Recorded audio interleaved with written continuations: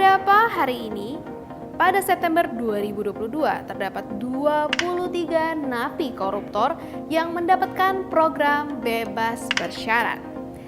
10 di antara 23 nama tersebut diumumkan di 6 September 2022. 6 orang tersebut dibebaskan dari lapas Sukamiskin dan 4 lainnya dibebaskan dari lapas anak dan wanita di kelas 2A Tangerang. 3 nama tersohor napi koruptor yang kita ketahui yaitu ada Ratu Atut Khosyah, mantan Gubernur Banten, dan mantan jaksa yaitu Pinangki Sirna Malasari, dan juga mantan Menteri Agama Republik Indonesia yaitu Surya Dharma Ali.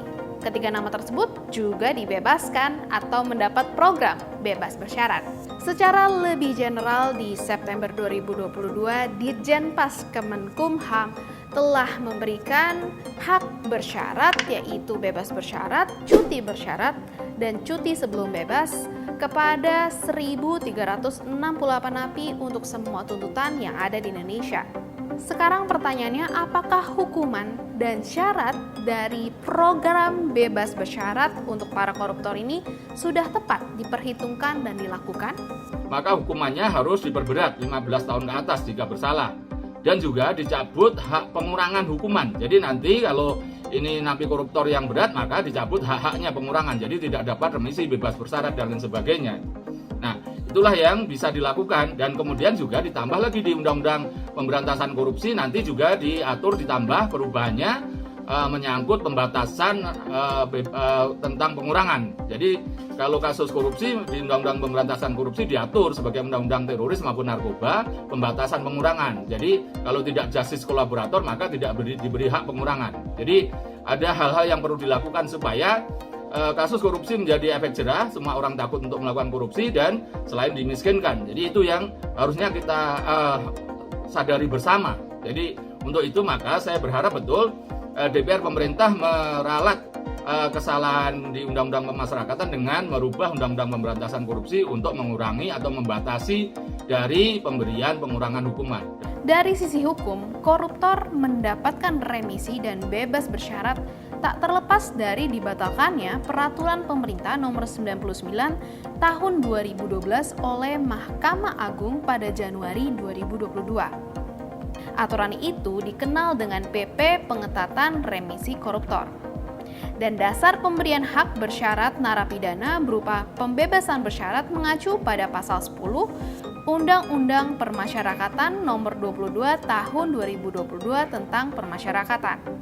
Menelisik sedikit mengenai latar belakang atau cerita dari salah satu koruptor yang mendapat hak bebas bersyarat ini, yaitu seorang mantan jaksa sekaligus terpidana kasus suap Joko Chandra, Pinangki Sirna Malasari. Ia dinyatakan bebas bersyarat setelah dipenjara selama 2 tahun. Berawal dari divonis 10 tahun penjara, terus mendapatkan diskon jadi 4 tahun penjara dengan denda 600 juta, dan kini hanya 2 tahun penahanan dan dilanjutkan bebas bersyarat. Nah, selain Pinangki, ada 9 nama koruptor lain yang dibebaskan pada 6 September 2022. Mantan Gubernur Banten, Ratu Atut Khosyah, Mirawati Basri, mantan Direktur Utama PT Jasa Marga, Desi Aryani, Patrialis Akbar, mantan Menteri Agama Surya Dharma Ali, mantan Gubernur Jambi Zumi Zola, mantan Bupati Subang Ojang Sohandi, mantan Bupati Cianjur Irfan Rifano Mukhtar, dan Supendi mantan Bupati Indramayu. Lalu pertanyaan sekarang, apakah dampak dari pembebasan bersyarat ini? Apakah akan semakin banyak koruptor yang berkeliaran di Indonesia karena banyaknya diskon hukum terhadap para koruptor ini? Mestinya korupsi itu juga ada syarat justice kolaborator yang sebagaimana pernah diatur PP 99 zaman pemerintahan lama dan sudah dibatalkan Mahkamah Agung. Jadi sekarang sikap kita secara keseluruhan ini adalah pemerintah, DPR, yudikatif itu sudah menurunkan degradasi korupsi menjadi pidana biasa kan. Ini sebagai langkah mundur pemberantasan korupsi karena apa?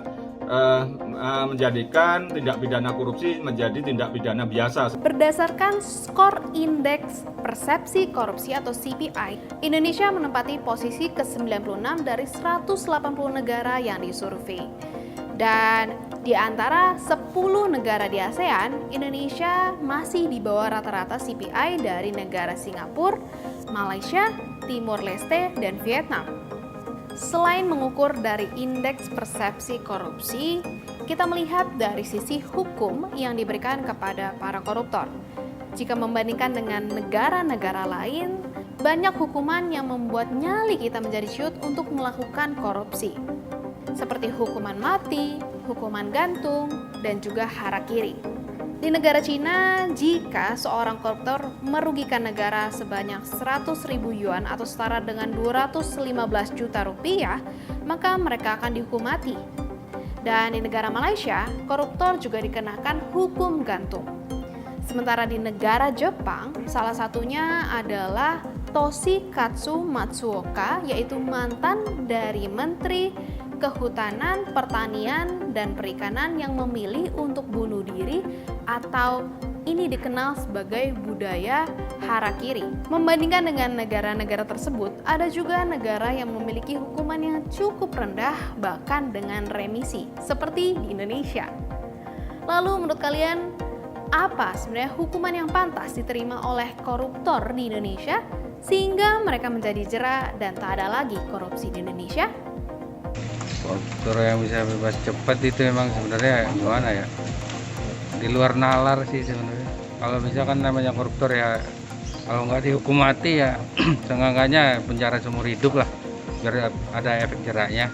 Hukuman seumur hidup sih, karena itu nggak bisa ditoleransi lagi dan itu udah penyakit di Indonesia sih. Jadi harus benar-benar tegas. Hukuman yang pantas dimiskinkan sih, dimiskinkan untuk anak-anaknya masuk kelas itu kali ya, masuk yatim piatu atau gimana lah gitu. Nah tapi yang jelas orang tua si pelakunya ya dimiskinkan dan penjara seberat-beratnya lah. Seperti zaman dahulu Indonesia berusaha untuk memperebutkan kemerdekaan. Ada sebuah kalimat dalam UUD 45 yang menyatakan kemerdekaan adalah milik semua bangsa. Dan apakah saat ini kita sudah merdeka dari korupsi? Bagaimana menurut kalian? Apa solusi terbaik untuk meniadakan atau menghapus sistem yang sudah terkorupsi ini sendiri? Taruh pendapat kalian di kolom komentar di bawah. Dan jangan lupa saksikan Ada Apa Hari Ini hanya di Tempo.co.